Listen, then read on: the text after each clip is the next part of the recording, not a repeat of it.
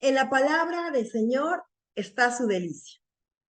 Leamos entonces el Salmo 1 y Danae, si nos ayudas a leerlo y como lo hemos aprendido pausadamente, son 6 versículos muy poderosos, 6 versículos que nos introducen al Salterio, 6 versículos que nos están hablando del contraste de la vida piadosa y la vida impía. Entonces, escuchemos con atención a Danae, por favor. Dice, cuán bienaventurado es el hombre que no anda en el consejo de los impíos, ni se detiene en el camino de los pecadores, ni se sienta en la silla de los escarnecedores, sino que en la ley del Señor está su deleite, y en su ley medita de día y de noche. Será como el árbol firmemente plantado junto a corrientes de agua, que da su fruto a su tiempo, y su hoja no se marchita, y en todo lo que hace prospera. Así los impíos, no así los impíos, que son como paja que se lleva el viento. Por tanto, no se sostendrán los impíos en el juicio, ni los pecadores en la congregación de los justos, porque el Señor conoce el camino de los justos, mas el camino de los impíos perecerá. Muchísimas gracias. Muchísimas gracias, Danae. Y aquí observamos, queridas hermanas, por eso quise poner el Salmo, ahí lo vemos completo, lo puedes ver también en tu Biblia, y son 6 versículos donde tú puedes ver de manera poética, de manera muy gráfica también, una enseñanza, por eso se considera el Salmo 1 como un salmo didáctico, con un salmo que nos está enseñando algo, que está dando una enseñanza espiritual. Y es claro, ¿no? A una primera leída, vemos cómo comienza en esta versión que leímos es de la versión de las Américas, y la primer versículo lo traduce literalmente cuán aventurado, o sea, ese cuán aventurado, a lo mejor en tu Biblia dice dichoso o bienaventurado, pero ese cuán aventurado y con signo de admiración tiene que ver en el original de esta alegría desbordante, de esta felicidad, de esta bienaventuranza, de esta dicha, ¿no? En el hombre piadoso. Podemos ver este contraste entre la vida, como les comentaba, de una persona piadosa en los primeros 3 versículos y en contraste con la vida de los impíos. Lo puedes ver muy claramente en la segunda estrofa del 4 al 6, esta vida de los impíos. Y también aquí podemos ver que esta bienaventuranza, que esta felicidad, ¿no? Como si nos dijera cuál es el secreto de la felicidad. Y muchos consideran el Salmo 1 como la introducción a los salmos, como si el tema a tratar de todo el Salterio. Y si te das cuenta, es 2 cosas, vida piadosa y la vida impía, la vida con Dios y la vida sin Dios.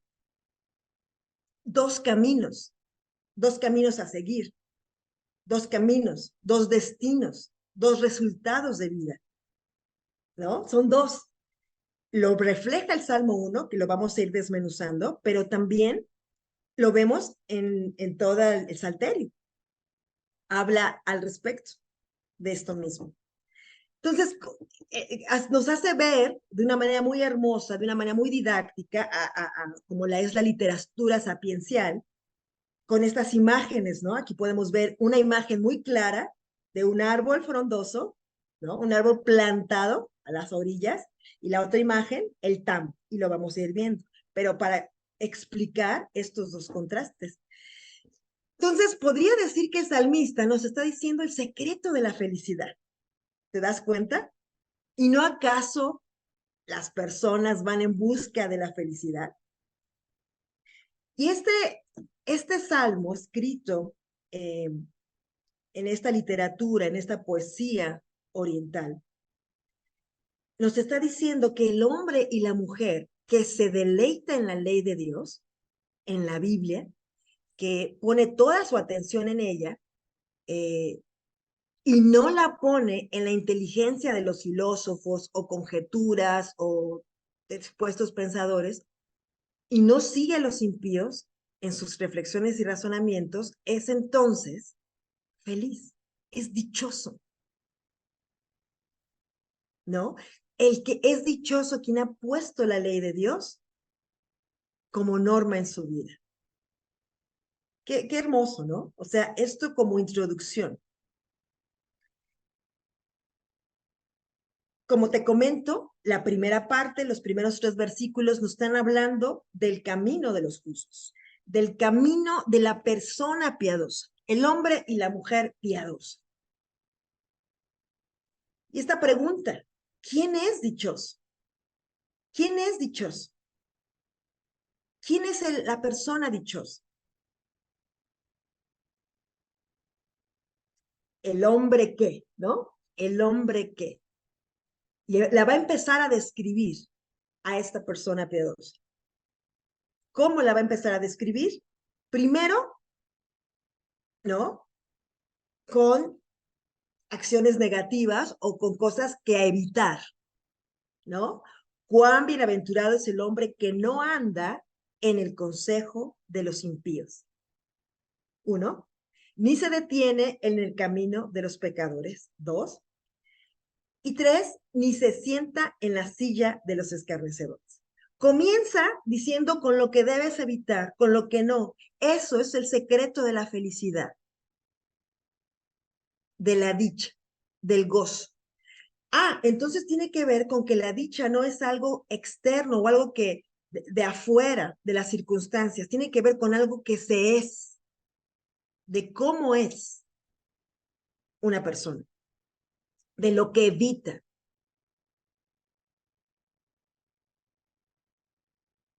Entonces, ¿qué verbos son? No anda, ni se detiene, ni se sienta, ¿no? Pareciera, como primero, es andar con alguien, ¿no? Como cuando ya te empiezas a juntar con alguien.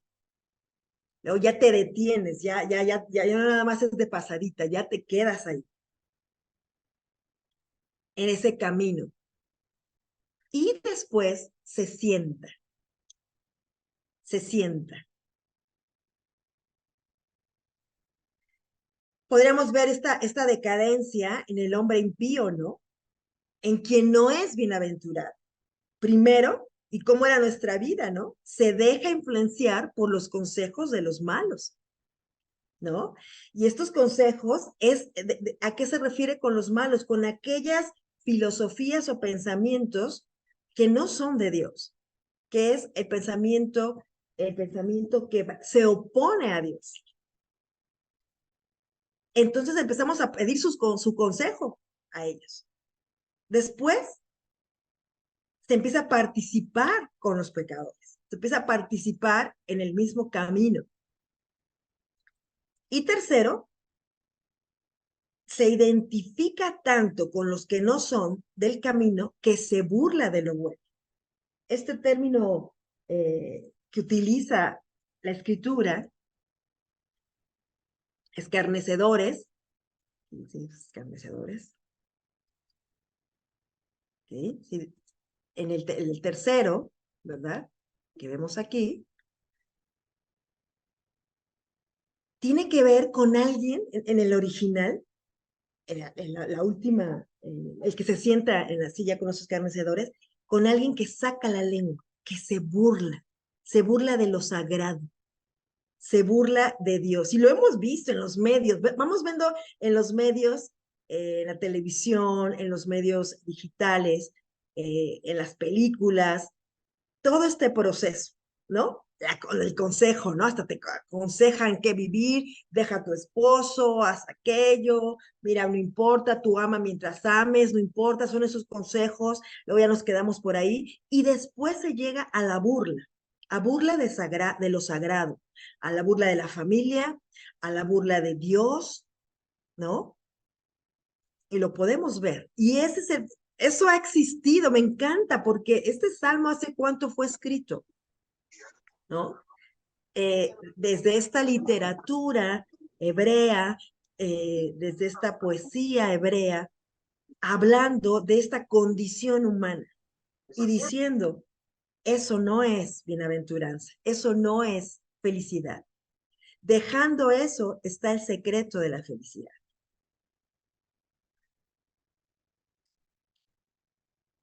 Y viene un contraste. El primer contraste que encontramos es dentro del mismo, la persona piadosa.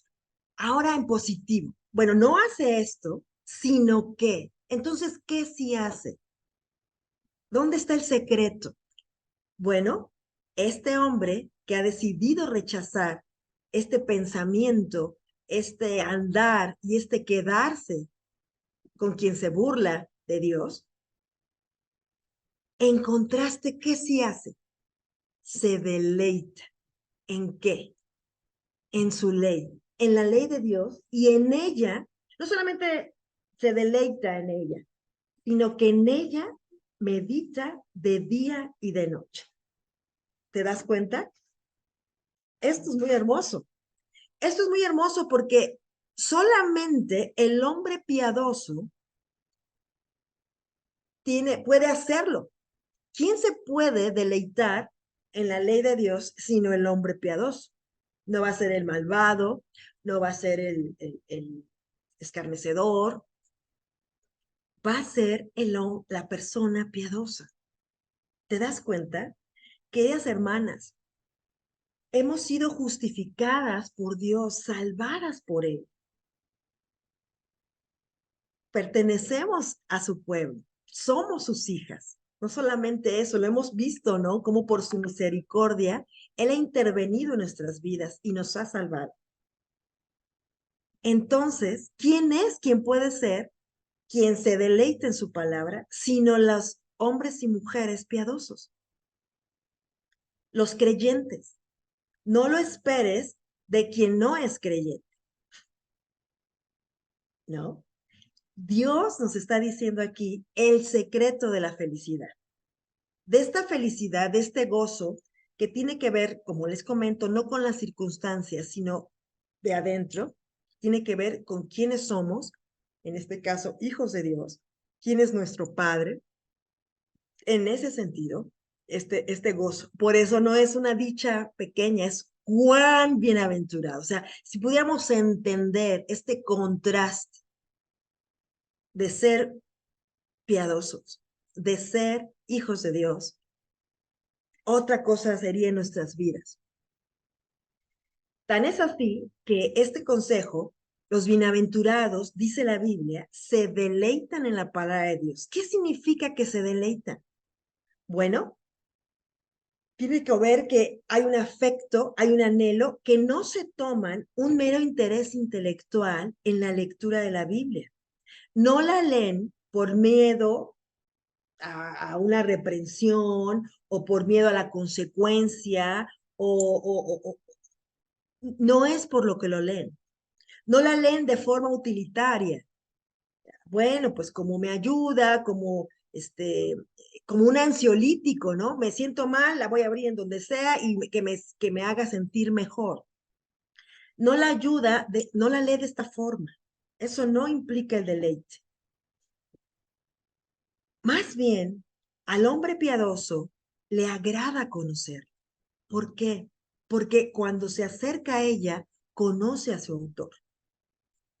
Le agrada, quiere conocerle. Es como, "Ay, quiero conocer más, quiero ir y hablar con la persona que amo". La persona piadosa, que ha sido justificada, que ha sido rescatada, que ha sido creada una nueva criatura, dice y exclama, ¿no es maravilloso esto que estoy leyendo? Mira estas palabras, es maravilloso, puedo entender, puedo comprender. Antes no comprendía, antes ni entendía, ¿no? Dice la Biblia que para el mundo la cruz es tontería, pero para los creyentes es poder de Dios, es sabiduría de Dios. Eso es muy profundo. Nosotros tampoco, para nosotros tampoco era tontería. Y ahora podemos decir, ¿no es maravilloso su palabra? ¿Te das cuenta? ¿Por qué se acerca el hombre y la mujer piadosa a la palabra de Dios? La persona piadosa. Porque entiende y reconoce que no hay nada mayor, no hay nada comparable a su palabra. Estoy estudiando pues literatura y pues leemos grandes autores, grandes libros, estéticamente hermosos, profundos en el análisis de la condición humana. Y sin embargo, quedan a un tamaño muy pequeño en comparación a la escritura de la Biblia, de su poder, ¿sí? De su estructura literaria y estética y del poder que tiene, porque tiene que ver con la autoría. Para saber si un libro es bueno, tú tienes que ver el autor, ¿no? A veces decimos, voy a leer este libro que vi el título, y yo ya me voy al autor y digo, no, puede ser bueno o no, tan bueno. Bueno, acá la Biblia, su autor, su doble autoría es Dios y el ser humano que utilizó Dios para escribir. Entonces, la palabra, la mujer y el hombre piadoso que se acercan a la Biblia, se acercan entendiendo que se están acercando a su autor. Y este autor es divino. No es un autor eh, eh, imperfecto. Como es un autor perfecto, la palabra es perfecta. Entiende el hombre piadoso que todo lo demás es vano, paja, neblina. Aquí está, dice, la verdad de Dios, la sabiduría de Dios. Y así se acerca a su palabra en este encuentro con Dios. Quieren conocer a su autor, disfrutan de conocerlo. Por eso se acercan de esta manera. Este hombre y esta mujer es una mujer feliz y una mujer dichosa. Cuán bienaventurado, dice el salmista, cuán bienaventurado.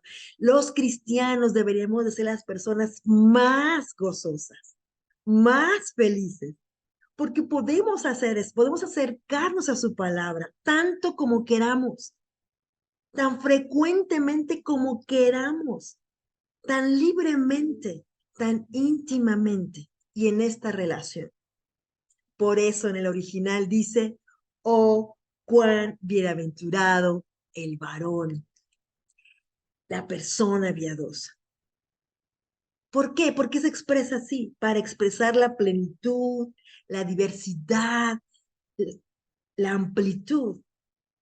Es como si el salmista dijera, no puedo describirlo, qué maravilloso es, ¿no? Por eso lo puede transmitir en este salmo, en esta belleza. ¿Tienes tú esta bienaventuranza, querida hermana? ¿Conoces esta felicidad? ¿Te deleitas en la Biblia? ¿Te deleitas en su autor? ¿Te deleitas en la palabra escrita y en la palabra encarnada? Solo un nuevo ser, una nueva criatura, se le deleita en el Dios de su palabra. Y eso es lo que quisiera que quedara aquí. No es como que tipos de cristianos, no. Quien ha nacido de nuevo es quien puede deleitarse en la palabra de Dios. Solamente el hombre piadoso. Los primeros versículos están hablando de el hombre piadoso, el hombre que ha sido justificado, rescatado, comprado por la sangre de Cristo. ¿Te das cuenta? Y va a ser un contraste, y te vamos a ver el contraste, ¿no? Muy poderoso, pero para hacerte ver qué es, quién es el bienaventurado y quién es la persona piadosa. Qué hermoso. Por un lado está su deleite y en la palabra, y por otro lado, son dos cosas, ¿no? En la ley está su deleite, en la palabra de Dios, y por otro lado, en esa ley medita de día y de noche. Ok. Entonces, aquí no me quiero detener un poquito en lo que es la meditación cristiana. A veces como que nos saltamos esa parte, ¿no? Bueno, se deleita. Bueno, entonces tiene que ver por la oración, el deleite con la meditación. Y es verdad, porque deleitarse es como, en el ejemplo de la comida, percibir, no te lo comes, no te lo o sea, cuando tú te deleitas en la comida, no te lo tragas. Lo degustas, lo mantienes en la boca, lo masticas, detectas sus sabores. Y esto vendría a ser la meditación cristiana, con la palabra de Dios en esta metáfora de alimento o de comida. ¿Qué implica la meditación cristiana?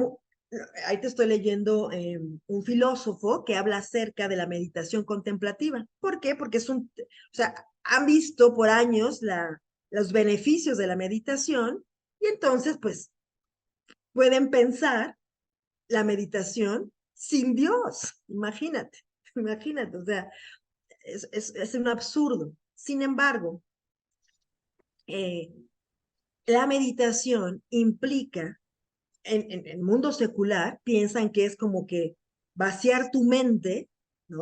Tienes que vaciar tu mente, no pensar en nada, ponerte en cierta posición, pero la meditación cristiana involucra lo contrario. En vez de vaciar la mente, es llenar la mente con Dios y la verdad. Pensar profundamente en las verdades reveladas en las Escrituras con el propósito, queridas hermanas, de comprender, aplicar y orar. Este concepto de meditación en el Oriente, en el tiempo que fue escrito, eh, es, es un, Dios lo ha pedido desde siempre, el mismo, era un ejercicio el meditar, el pensar en reflexionar. Nuestra sociedad moderna, nuestra sociedad postmoderna, y a partir del modernismo, hay una vorágine de velocidad, tiene que ver con producir, con desempeño, con trabajar en una fábrica, no importa el trabajo que tengamos, es trabajar, trabajar, trabajar, trabajar, trabajar, y no detenernos. ¿No? Comenzaron los coches, vinieron velocidad, tren bala, velocidad, y ahora los medios, la información más saturada que nunca, más información que nunca y más desinformados que nunca, porque la información pasa y no la meditamos, no la reflexionamos. Entonces, esto es algo hermoso que nos va a ayudar. Tiene que ver la meditación íntimamente con el deleite. Tiene que ver, es la digestión de la palabra. Dios no quiere que solamente la leamos o la estudiemos, sino que la reflexionemos a fin de poder comprender mejor y a fin de poder aplicarla y orar mejor. Este diálogo, esta comprensión con Dios.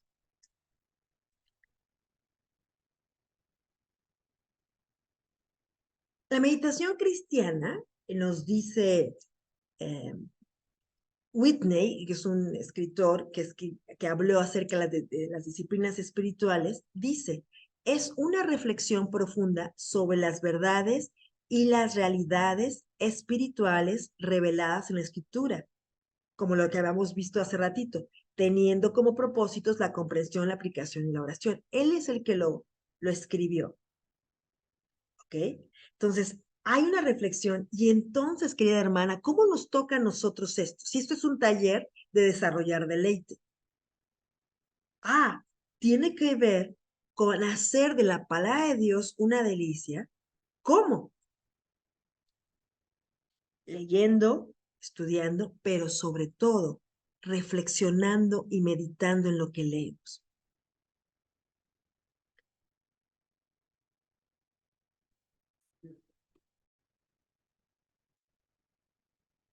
Esta meditación tiene que ver con que sea de día y de noche. Y recordarás que es muy parecida a la escritura de Josué 1:8, ¿no? Y va a tomar, ¿no? va a luchar por la tierra prometida, y le dice, ¿no? Ten valor y firmeza. Varias veces se lo dice. ¿Cómo va a lograr tener ese valor y esa firmeza? A veces nos enfocamos en ten valor y firmeza, sí, pero ¿cómo? Versículo 8. Aquí está lo vital, aquí está la clave. Procura que nunca se aparte de tus labios este libro de la ley, medita en él de día y de noche. Se lo está diciendo a un guerrero, a un peleador, alguien al frente de la batalla que requería valentía, fuerza, pero requieres que nunca se aparte de tu boca la palabra de Dios. Entonces, la antesala para la meditación es la lectura y es la memorización, tener presente. ¿Qué vas a meditar y qué vas a reflexionar? Lo que has memorizado. Por ejemplo, nunca se apartará de mi boca este libro de la ley, sino que de día y de noche meditarás en él. Nunca se apartará de mi boca. Y estás pensando, reflexionando.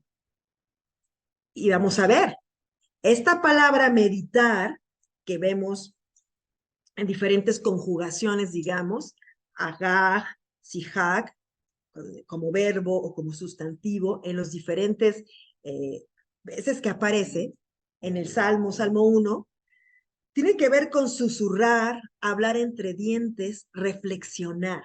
¿Te das cuenta? Entonces, por eso es que está legado. Es como ese puente, es un puente entre lo que Dios nos dice, ¿no? Al leerlo nosotros, lo que nosotros le decimos a Dios en oración, ese puente que une es esa meditación.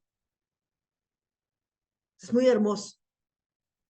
Pero, queridas hermanas, implica en nosotros detenernos, parar, y todo se va relacionando.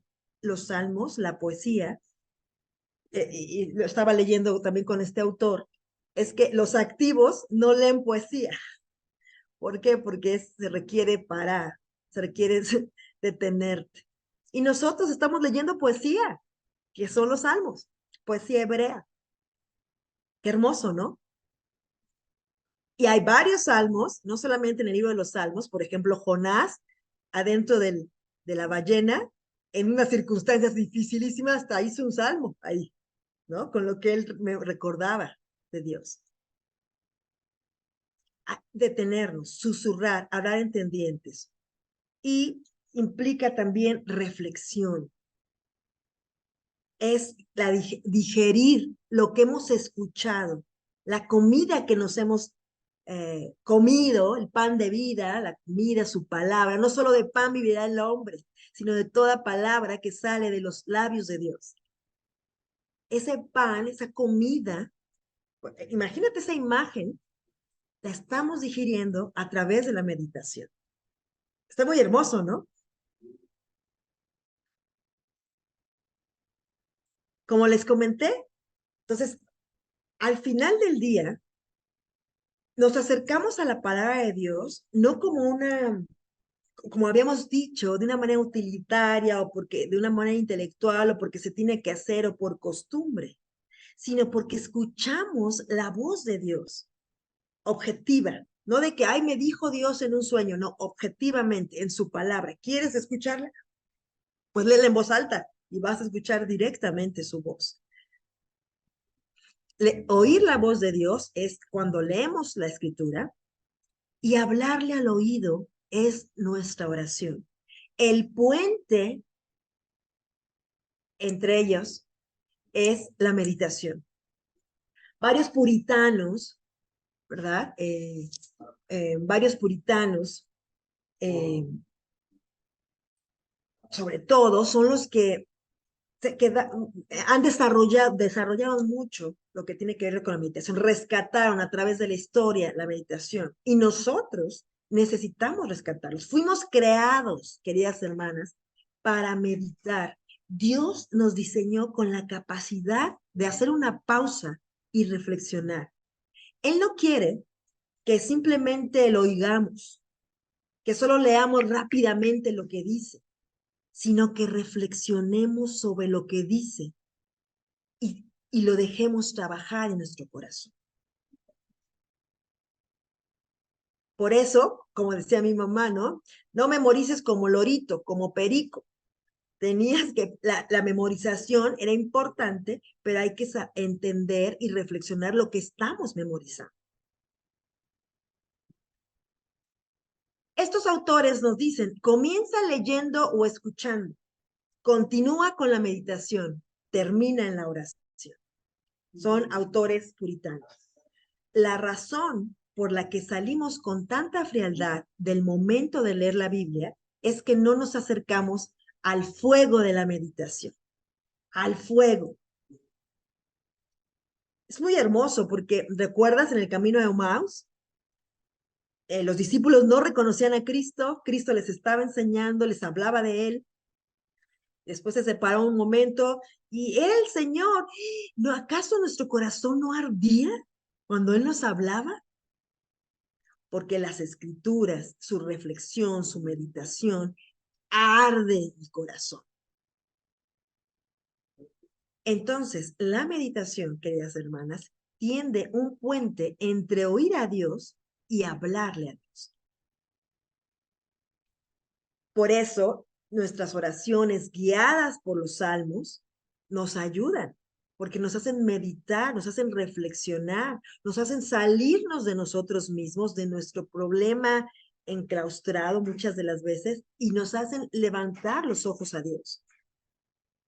Aquí, o sea, como que nos entendemos con quién estamos hablando, a dónde nos estamos acercando. Todo esto tiene que ver, se va relacionando con meditar, detenernos, deleite, gozo, con contemplar. Porque contemplar implica también detenerse, ¿no? Como les comentaba, esta meditación significa asegurarnos que entendemos esta belleza de Dios. Mira, dice el Salmo 27:4, una cosa he demandado a Jehová, esta buscaré, que esté yo en la casa de Jehová todos los días de mi vida para contemplar la hermosura de Jehová. ¿Te das cuenta? Contemplar. Te tienes que detener y es muy específico, la hermosura de Jehová, la belleza de Jehová. ¿Y cuál es esta? Su esencia, sus atributos, sus perfecciones. Nos detenemos. Y lo primero que nos viene a la mente, ¿cómo me voy a detener a eso? Tengo mucho que hacer, tengo que lavar trastes, tengo que hacer esto, tengo que ir... Detente. Ahí está la dicha. Cuán bienaventurado quien hace esto. Quien no hace esto y quien hace esto. ¿Te das cuenta? El secreto de la felicidad, de ese gozo que no tiene que ver, ¿no? Como un fin en sí mismo. Un culto a la felicidad no es, sino es el resultado de una relación con Dios.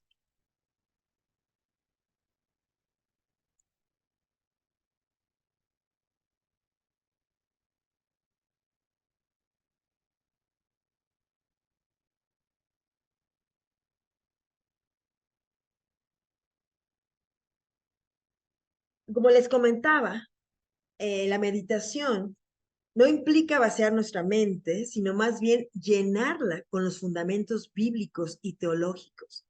Esta verdad nos va transformando y reflexionar sobre el contenido de lo que leemos. Para los cristianos, la meditación significa hacer que la palabra de Dios habite ricamente en nuestros corazones. ¿Recuerdan? Colosenses 3:16. No es dejar la mente en blanco, sino alimentar nuestra mente con las palabras de Dios y digerirlas lentamente, degustando, rumiando, murmurando, susurrando, hablando para sí. Por eso decíamos esta antesala, la memorización. Lo leído, queridas hermanas, y lo memorizado debe ser meditado. Esto aumentará nuestro deleite, contemplaremos a Dios y al final, no olvides que nos convertimos en aquello que contemplamos. Está muy hermoso. La meditación la habla el Salmo 1 y también la habla Josué 1:8 y también la habla el Salmo 119. El salmista afirma, tus testimonios son mi meditación. Y exclama, cuánto amo yo tus enseñanzas. Todo el día medito en ellas.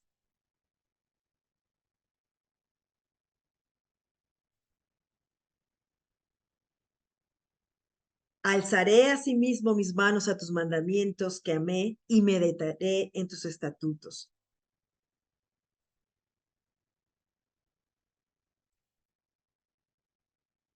¿Cómo tiene que ver con estos signos de admiración cuando exclamamos?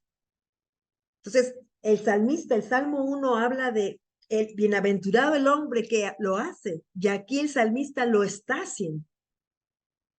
Amo tu ley, todo el día es ella mi meditación. Entonces ya vienen estos términos de amor, amas la palabra de Dios porque amas al autor. Y por eso, porque amo al autor, es que todo el día su palabra es mi meditación, mi reflexión. Otra vez, este concepto de día y noche, aquí es todo el día, todo el día.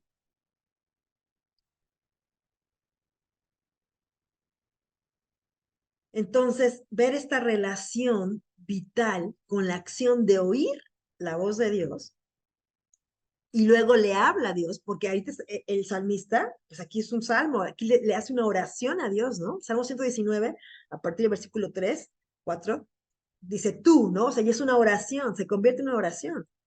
Entonces el salmista ahorita está diciéndole, sí, de lo que tú, yo te hablo, yo te puedo decir, yo lo dialogo, ya le está diciendo a él, a Dios mismo, que ama su ley y que todo el día su ley es su meditación. Este puente, la meditación es un puente entre oír de Dios, oír a Dios y el hablarle a Dios.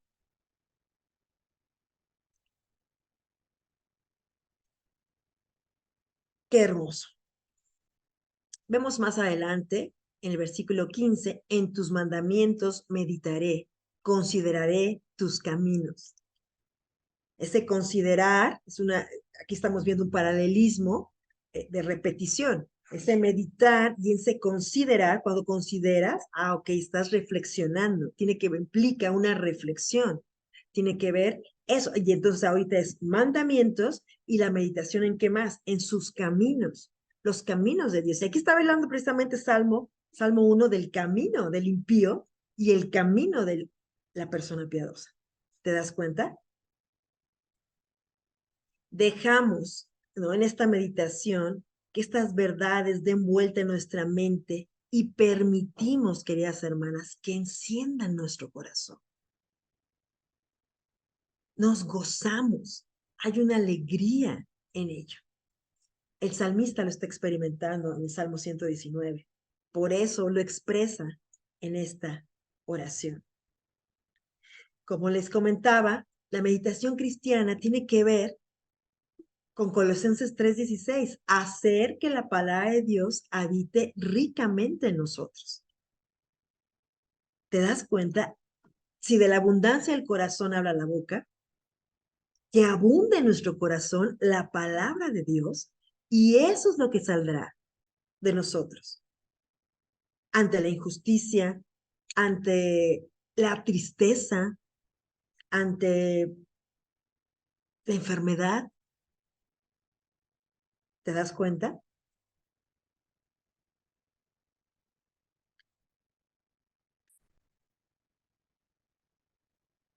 mm, no olvidemos, queridas hermanas, que en este desarrollo de deleite por Dios, estamos hablando de un diálogo, una relación. Desde que tú fuiste salvada, desde que tú fuiste rescatada, la vida cristiana, querida hermana, consiste en una relación con Dios. Hay una conversación, no es un monólogo. No solamente hablas tú, Él habla a través de su palabra, tú le contestas, tú adoras. Cuando Él se revela a ti, la respuesta correcta es adoración.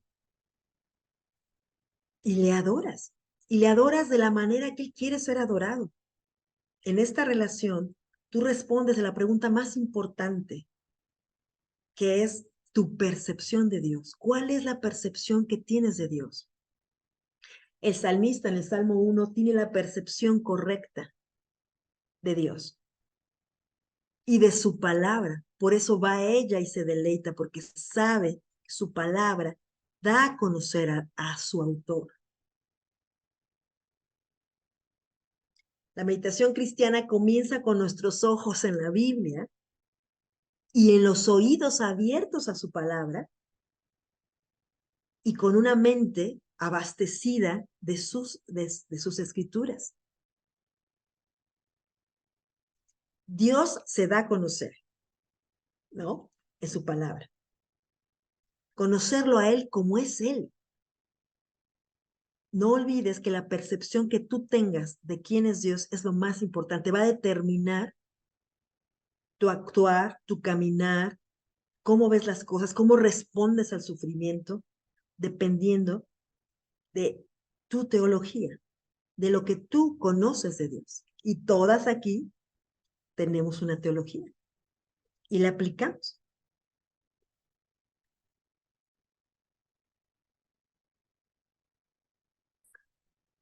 Continuando con el Salmo, podemos ver los resultados, ¿no? Nos dice quién es bienaventurado, el que debe evitar y lo que sí hace, y después nos da esos resultados. Será como un árbol plantado junto a corrientes de agua que da su fruto a su tiempo y su hoja no se marchita, en todo lo que hace prospera. Entonces, vamos a ver un ejemplo con nuestras hermanas Aide Share, de cómo ellas han descubierto o han desarrollado este deleite por Dios en su devoción y en su relación con Dios. Adelante, chicas. Buenos días, queridas hermanas. ¿Cómo es nuestro deleite con Dios? Primero yo. Bueno, va. Bueno, para mí es un antes y un después. Antes de deleitarme, yo leía la Biblia cuando me hice cristiana, pero pues la leía con diferentes motivaciones, como veíamos ahorita en la clase. La leía para ser mejor persona. Por si me preguntan mi discipuladora, voy a decir que sí, ya la leí para no mentir. No sé, pues por motivaciones que no eran para conocer a Dios.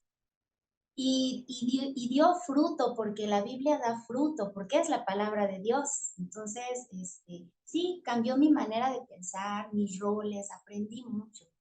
Pero no había tanto un deleite, sino era, híjole, la tengo que leer, porque si no, pues no, me van a preguntar, voy a mentir.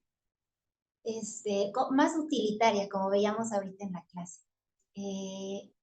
A partir de que me dieron a conocer el estudio inductivo, hace como 4 años, cuando llegó Carito a la iglesia, para mí fue muy diferente y creo que desde ahí empezó mi deleite en cómo ver o cómo estudiar la Biblia, porque le empecé a hacer preguntas al texto. Empecé a preguntarle, no sé, ¿quién es Dios? Yo me acuerdo que decía, a ver, Dios es mi Padre, entonces cuando me pongo a orar y voy a la Biblia, voy con mi Padre, entonces, ¿qué función tiene Cristo? Y un día que se lo comenté a Caro, así, Caro casi se va como con Dorito hacia atrás, porque decía, y no me dijo nada, nos dijo, lee Colosenses. Yo dije, ay, ¿para qué pregunté? Pero lo leí y para mí fue un parteaguas, porque le empecé a hacer preguntas. A ver, ¿qué dice de Cristo? ¿Quién es Cristo?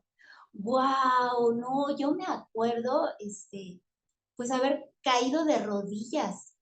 Me acuerdo que muchas personas decían, ay, yo le voy a decir a Cristo que le voy a abrir las puertas de mi corazón a Cristo, que entre en mi vida. Y yo me reía de eso que decían. Pues yo me acuerdo haberlo hecho cuando vi lo que Colosenses decía de Cristo. No sé, Él es la imagen del Dios invisible, el primogénito de la creación. En Él habita la plenitud de la deidad. Para mí fue revelador, nunca lo había visto y había leído varias veces la Biblia. Entonces, desde ahí dije, de aquí soy, y le empecé a hacer preguntas al texto. Entonces, ¿quién es Cristo? Y lo ponía de un color. ¿Y quién es Dios, el Padre? ¿Y quién soy yo? Y ahí aprendí mi identidad. ¿Quiénes no son los hijos de Dios? Que también lo da a conocer la Biblia. Y entonces, a lo largo del Nuevo Testamento, esas son mis preguntas en la Biblia, ¿no? Ir subrayando. Y me da tanta alegría ver cómo Dios me va contestando. Es cierto, se vuelve como una relación porque yo le hago las preguntas y Él me contesta a través de su palabra. Y entonces se vuelve en este diálogo, porque cuando ya aprendí, pues obvio voy y caigo de rodillas y gracias, ¿no? Muchas gracias, porque me revela quién es Él. En el Antiguo Testamento también es un deleite, porque voy preguntando, ¿no? ¿Qué dice de Dios? ¿Quién es Él? Sus atributos, qué hizo. Y por cierto que estamos siendo un pequeño grupo con hermanos que nos estamos deleitando eso. En el Antiguo Testamento estamos en Números. Y es guau, mira qué dice de él. ¡Ay, qué misericordioso! Actúa así, es que es justo, ¿no? Y es como nutrirnos directamente de Dios, de su palabra. Algo que me gustó mucho aprender en una clase es que, ¿dónde voy a Dios? O sea, ¿cuál es el lugar de encuentro con Dios, mi Padre? Porque además aprendí que Dios es mi Padre. Para mí fue algo revelador porque pues yo no tuve papá desde que nací, ¿no? No estuvo conmigo. Para mí era complicado entender a Dios como Padre. Lo veo con mi hija y con mi esposo y es hermoso, pero como que no fue en mí personal y me cuesta. Entonces, esto de ir aprendiendo a Dios como Padre, para mí ha sido así de, me siento muy amada, me siento muy, muy amada por Él. Y pensaba, así como le digo a mi esposo, mi amor, tus brazos son mi hogar. A donde quiera que tú estés, ahí está mi hogar. Eso mismo ahora siento con Dios, ¿no? Con Dios mi Padre, perdón. Porque digo, ¿cómo encuentro a Dios mi Padre? Y aprendí que lo encuentro en Cristo, que no lo busco en un lugar geográfico, porque aprendí en Juan que Cristo es mayor que el templo, y si es mayor que el templo, entonces es mayor que cualquier iglesia y cualquier lugar, ¿no? Aprendí también en Colosenses que en Cristo habita la plenitud de Dios. Entonces yo dije, ahí encuentro a Dios, en Cristo. ¿Y dónde encuentro a Cristo? Pues en la palabra, ¿no? Entonces, ay, ya, así, clean,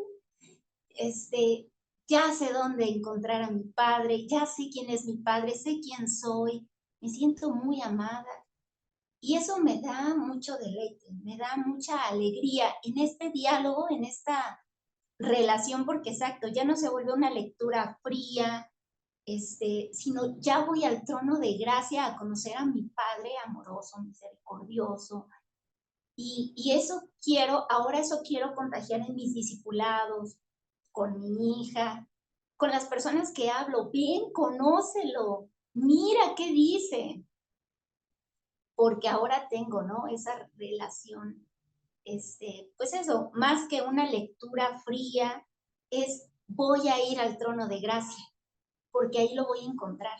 ¿Y en dónde? En Cristo. Y no importa el lugar donde yo esté, puede ser en cualquier lugar o cualquier circunstancia, pero Cristo está en todos lados, ¿no? Entonces voy a ir ahí y voy a ir al trono de gracia de mi Padre. Pues eso me mantiene muy feliz, muy contenta. Bueno, eso te quería comentar.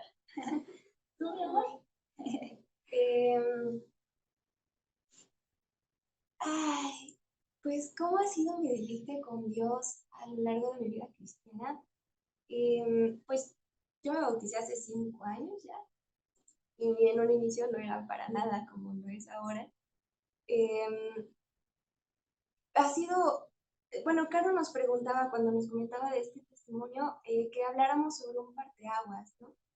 Yo pensaba, ¿cuál fue mi parteaguas? ¿Qué hizo que cambiara mi manera de percibir a Dios y de relacionarme con Él?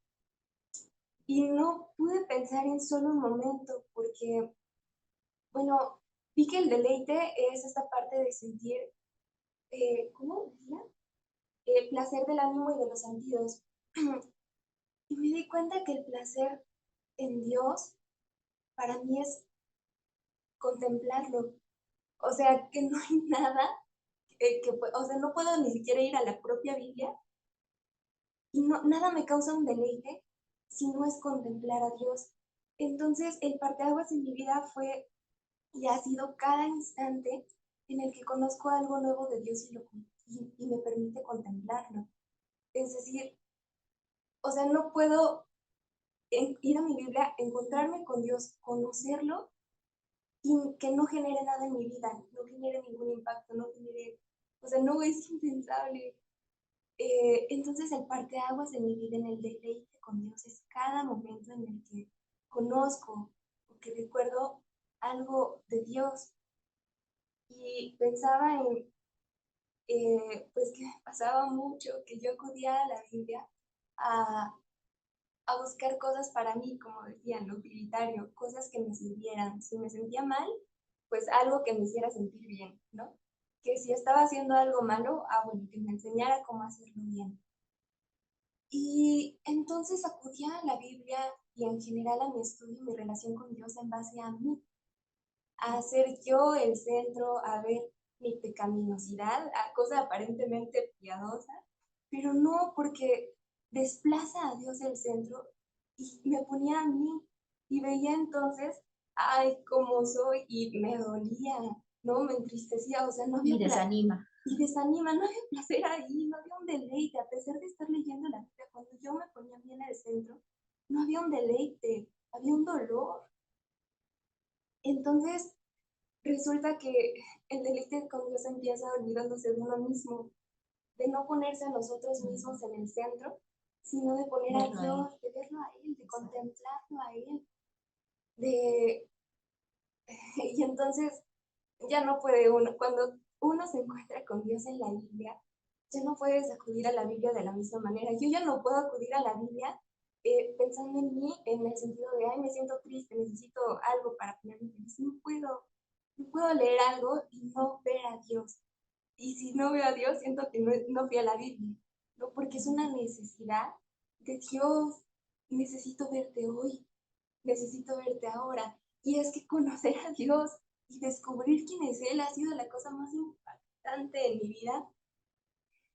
Y porque yo no entendía muchas cosas de Dios. Yo me acuerdo que leía salmos y memorizaba cosas, aparentemente meditaba, pero eran cosas vacías, porque incluso si decía, no sé, el Altísimo, me acuerdo que en su momento me aprendí un salmo muy chiquito, ya casi no me acuerdo, pero era el que mora a la sombra del Altísimo, este, no me acuerdo, amor, habitará en las alas del Omnipotente, no me acuerdo, del Todopoderoso. Y yo me acuerdo que Salmo para 91. mí, sí, yo me acuerdo que para mí era como, sí, ya me lo aprendí, pero no significa nada. O sea, el Altísimo es solo un hombre, ¿no? No lo asociaba con nada. Pero suena bien bonito. Pero suena bien bonito. El Omnipotente tampoco era como, ¿pero qué es eso? O sea, no entendía porque no sabía quién era, de quién estaba hablando. Entonces, cuando empecé realmente a conocer a Dios, a ver por qué es el Altísimo, por qué es el Omnipotente, dije, no inventes. ¿qué rayos? ¿Cómo podía decirlo sin que significara nada para mí? Tuve muchos conflictos de esto, de leer la Biblia y no ver a Dios. Entonces me acuerdo que empecé a leer pues el Pentateuco, pues para conocer a Dios, porque recuerdo, por ejemplo, el Salmo 119 que dice tantos atributos de la ley, de la palabra de Dios, de la ley. En ella me deleito, o el Salmo que leíamos ahorita, ¿no? Sino que de día y de noche se deleita en su palabra. Y pensaba, bueno, ¿qué dice la ley de Dios como para que alguien se pueda deleitar en la ley, ¿no? Yo pensaba en la Constitución mexicana y decía, no tiene nada de qué deleitarse. Pero decía, ¿qué tiene la ley como para que uno se pueda deleitar en ella? Y resulta que tiene mucho de Dios.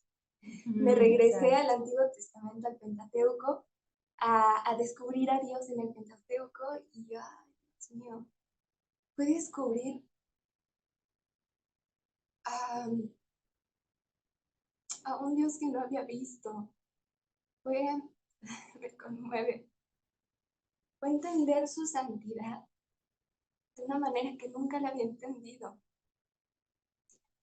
Fue entender su misericordia de una manera tan tierna con su pueblo, con su siervo. Cuando leí cómo Dios defiende a su siervo Moisés, porque Aarón y su hermana Miriam habían murmurado contra Moisés, y ver cómo Dios lo defiende y dice, él es mi siervo Moisés, en él confío, ahí lo veo cara a cara. Ver también cómo Dios defendía a su pueblo ante todos, aunque el pueblo no se enterara, aunque fuera desagradecido y se rebelara, Dios siempre estaba ahí, defendiendo a su pueblo, amándolo, dándoles medios de reconciliación con él. Ver el despliegue de su poder, cómo, Dios mío, cómo partió el mar en dos, cuajó las aguas hasta alrededor, dejó pasar a una nación de 2.5 millones por un mar, les dio de comer carne, les dio de comer el maná. Estaba con ellos. Estaba con ellos. De día y de noche. De día y de noche, la columna de fuego, sí. Una nube. Dios, durante 40 años estuvieron vagando en el desierto y dice que, leía, que Dios nunca dejó que sus sandalias se desgastaran, o que su ropa se agotara. Ay, Dios. Entonces ver el cuidado, la ternura de Dios, su amor, su poder, pero ya no de una manera egoísta, ¿no? De, me ama a mí, sino el ver tal cual como es Dios. O sea, sin ver si es a mí, si es a mi mamá, si es a su pueblo, no, sino el carácter puro de Dios. Es lo que mueve, es lo que causa el parteaguas cada vez que voy a mi Biblia. Entonces el deleite con Dios, en Dios, se trata solamente de conocerlo, de ir a la Biblia y de tener un encuentro personal con Él, un encuentro cara a cara. ¿Y qué se trata de hacer? Nada, solamente sentarse, escuchar y contemplar, parar sí. El oído, estar y pararte atento, tú, ¿no? Y para detenerte.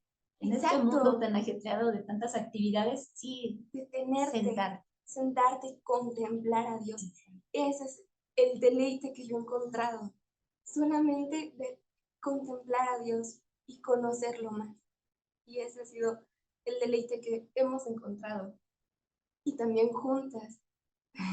También hemos estudiado muchos libros juntas. Y nuestro mayor crecimiento madre e hija ha sido llevarnos la una a la otra a Dios, a contemplar a Dios. Y, por ejemplo, un día común, en la mañana leo mi Biblia y como Aide estudia en la tarde, pues hacer sus tareas en la noche, en la madrugada y en la mañana a veces está dormida.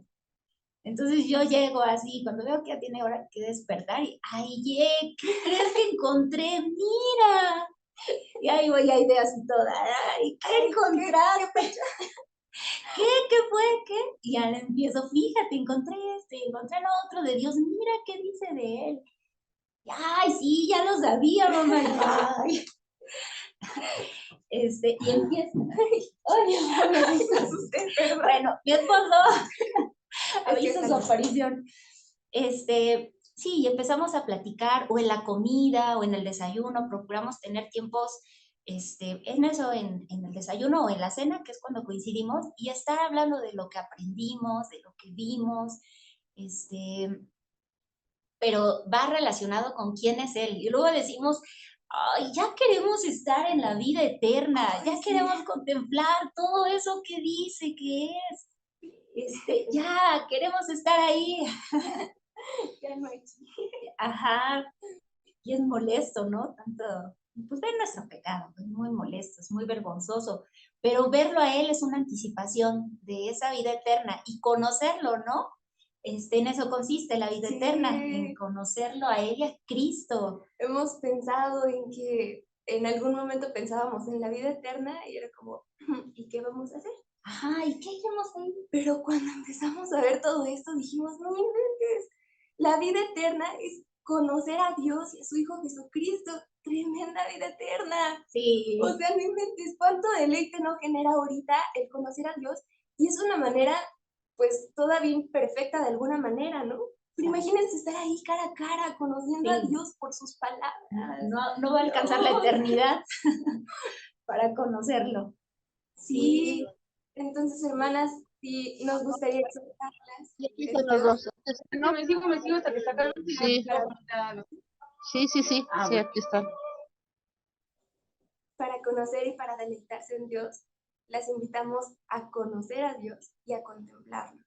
A través de su palabra. A través de su palabra. Tener un Parar, encuentro cara parar, tener un encuentro cara a cara.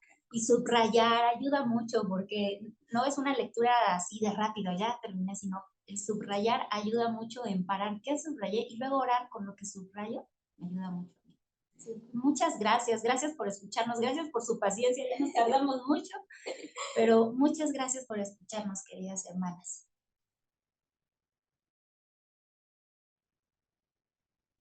Pues recordarán que en la poesía hebrea de lo más importante es estas imágenes poéticas, estas metáforas que utiliza. Y en este caso, este salmo didáctico, pues una imagen muy poderosa, ¿verdad? El árbol plantado, ¿no? Junto a aguas de corrientes de agua, perdón, que da su fruto a su tiempo y su hoja no se marchita. Y en todo lo que hace, prospera. Este hombre piadoso es como un árbol plantado, ¿no? Como un árbol plantado. Entonces, junto a corrientes de agua. Entonces, esta imagen es muy poderosa porque está haciendo el contraste entre un árbol plantado y contra qué? Contra el tamo. Mira la foto. ¿Qué es? ¿Qué es? Es lo que queda tras extraer el grano. ¿Qué imagen, no? Paja y un árbol plantado. A veces no vemos así la diferencia entre un hombre piadoso y un hombre impío. Pensamos que es como si fueran diferentes libros. Hay diferentes libros y tiene un apéndice, el libro del hombre piadoso, que a lo mejor va el domingo a la iglesia y esa es la diferencia. No, queridas hermanas. El hombre rescatado por Dios, el individuo rescatado por Dios, la persona rescatada por Dios, porque en Cristo murió, convertida, donde intervino, la rescata, la salva, es una diferencia totalmente distinta. Tan distinta, quiere hacerlo el salmista, la pone así, como un árbol plantado junto a corrientes de agua y la paja que se la lleva el viento. Querida hermana, esa es la diferencia. Es muy fuerte. Por eso la introducción a los salmos, este Salmo 1 y el 2. Es el contraste. El hombre piadoso, la mujer piadosa, es un árbol plantado, fue plantado, no estaba ahí. Dios lo plantó y lo planta, esta imagen, esta metáfora, está basada en la agricultura de la antigua Palestina, ¿no? Y nos pone a dos tipos de personas. Esta primera metáfora es de un árbol en un clima seco, pero que da fruto porque está junto a aguas. Un árbol no da frutos para sí mismo, ¿no? Sino para los demás. Tampoco el fiel prospera para sí mismo, sino para beneficiar a otros. Es la misma metáfora que aparece, recordarás, en Jeremías 17:8, ¿no? De los que tienen confianza en el Señor, de los que confían. Maldito el hombre que confía en el hombre y bendito el que confía en Dios, ¿recuerdas? Será como un árbol plantado, es igual. Esta imagen es de este árbol que cuenta con recursos sin importar lo que suceda. Ese es un hombre piadoso. En contraste, este tamo es la cáscara y la paja que se remueve en la trilla. Es más liviano que los granos comestibles. Cuando un agricultor arroja trigo trillado al aire, el tamo lo arrebata el viento. Los impíos, quien no ha sido convertido, quien no ha sido salvado por Dios, son como el tamo porque no benefician a nadie. Ve la diferencia. Un árbol, hay estabilidad, hay frutos, tiene forma, ¿no? Y el tamo, sin forma, adquiere la forma de lo que hay, por eso ves a quien no tiene a Dios así como de un lado para el otro, no va a crecer, no va para ningún lado, el árbol sí puede crecer, puede dar fruto, la paja no da fruto, es más, se tira. Qué contraste, qué imagen tan poderosa. El tamo son el vestigio, los restos, las ruinas, el despojo. Así estábamos nosotros. El impío es eso. Sin Dios es eso. La diferencia entre el hombre piadoso y el que no lo es tan radical como esas dos imágenes. Paja y un árbol plantado junto a orillas, junto al agua. Esta agua, ¿no? Estos remanentes de agua que tenemos, que el creyente tiene.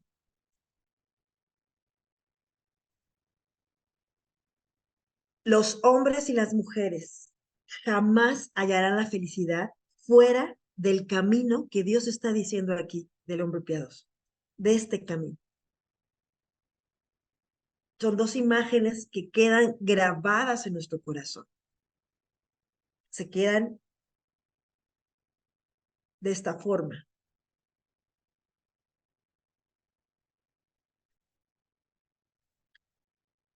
El camino de los malos, a partir del versículo 4, ¿no? No así, ya acaba de escribir del 1 al 3 al hombre y la mujer piadosa, y del 4 al 6 nos está diciendo este destino, este camino del impío, ¿no? Lo contrario a piadoso, el impío.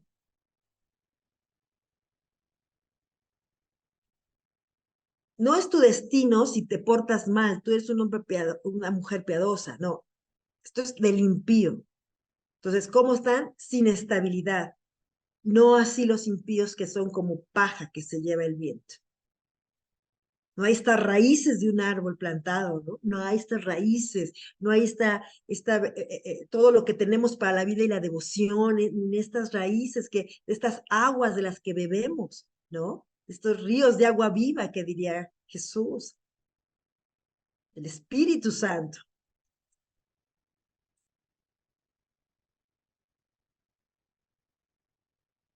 La gran diferencia al final, ¿verdad? Los últimos versículos, porque el Señor conoce el camino de los justos, pero el camino de los impíos perecerá. Hay un destino. Hay dos caminos y ese camino termina en un lugar. ¿No te recuerda a Jesús hablando de los dos caminos? La Biblia siempre habla en términos de uno o el otro. Dos caminos, dos destinos. Cristo diciendo, entren por la puerta estrecha, porque ancha es la puerta y espacioso el camino que lleva a la perdición. Donde están los escarnecedores, donde están todos ellos, pero qué estrecha es la puerta y qué angosto el camino que llevan a la vida. Estamos en el camino estrecho, angosto, que lleva a la vida con Cristo, que inicia conociendo de Cristo. En la vida eterna consiste en conocer a Dios y a su Hijo Jesucristo, lo hablaban hoy. Aide, las Aides. Es verdad, estamos en ese camino. Y cuán no me canso de decir, al igual que el salmista, cuán dichosas somos, queridas hermanas, por estar en ese camino. Y somos las candidatas para deleitarnos en su palabra, para beber de su palabra, comer de su palabra, deleitarnos, porque es su palabra la que nos lleva a Dios. No para leerla sin entenderla de lo que estoy diciendo, sino poder musitar, murmurar, rumiar como una vaquita, hasta que penetre en nuestro corazón, hasta que esta verdad queda incrustada y transforma nuestro corazón. En la palabra del Señor está su delicia.